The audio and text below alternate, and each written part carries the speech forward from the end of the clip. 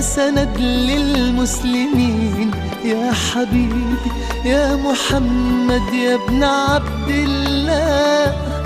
تمت الرسالة تمام والحبيب مسك الختام، طول حياتي وفي صلاتي بدعى أصلي وراك.